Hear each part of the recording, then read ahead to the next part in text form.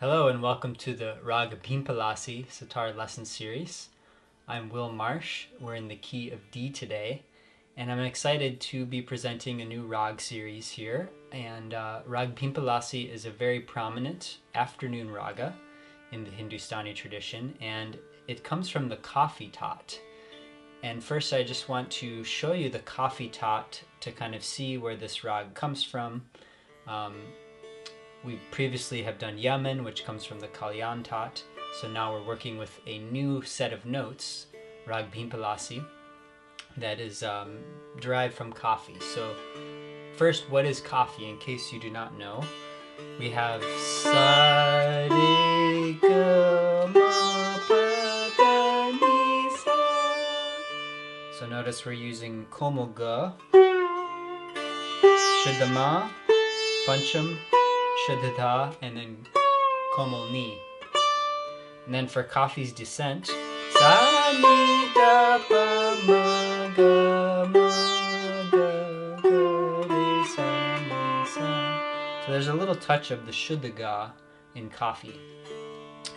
So these are our notes for coffee.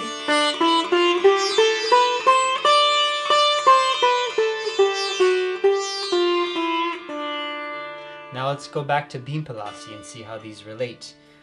Bhimpalasi uses all of the same notes except for the shuddha ga. We don't have that in Bhimpalasi. However, we have the komal ga and the komal ni.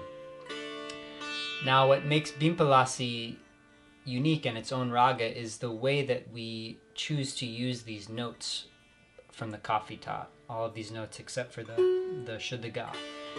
And so the way Bhimpalasi uses them is it uses 5 notes on the ascending and then all 7 on the way down. So check it out for Bhimpalasi. Sa ga ma pa ni sa. That's our ascent. 1, 2, 3, 4, 5. Back to the octave. And then the descent. Sa ni da pa ma ga re sa. We use all 7 notes. So this is what gives Bhimpalasi its own flavor, is this pattern of ascending, sa ga ma pa ni sa, and then descending, sa ni da pa ma ga re sa. And this really gives it a very symmetrical structure, as you'll see as we learn. It's a great rag to have in your first few rags that you're learning because of the way that it is structured. So that's a bit about where the rag comes from. Now let's get into playing and learning how to practice the Avarohi and Avarohi, the ascending and descending. So for this rag, we like to start on ni when we come up, and we have this komal ni here. So I'm going to play our ascent, and then we'll do it together, starting on this note, komal ni. Ni sa ga ma pa ni sa. Here's our ascending for rag Bhimpalasi. Try this with me. 1, 2, 3, 4. Ni sa ga ma pa ni sa. Again. 1, 2, 3, 4. Ni sa ga ma pa ni sa. Now the Avarohi, the descent, we're using all the notes. Sa ni da pa ma ga re sa. Again, the descending with me. 1, 2, 3, 4. Sa ni da pa ma ga re sa. This is what makes Bhimpalasi unique, is you really have to be careful how you use the re and the dha, because these are omitted on the ascent. Let's get this pattern going, repeated, and join in and play it with me. 1, 2, 3, 4. Ni sa ga ma pa ni sa.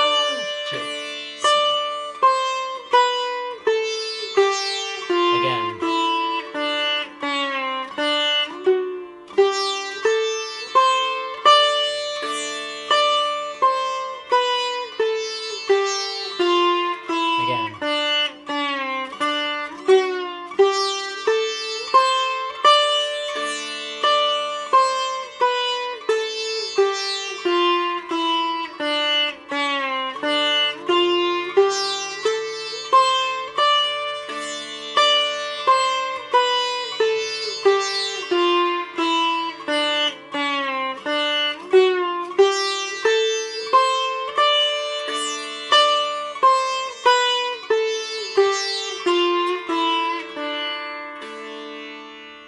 want you to focus on really getting this Arohi and Avarohi in your hand, and this will start setting the mood for Bhimpalasi as we further get into the details of this rag.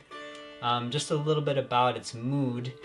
Bhimpalasi is a very kind of slow-paced mood, and the great musician Ali Akbar Khan Sahib even said that this rag was more like for animals than for people to hear. So it has this deep connection to nature.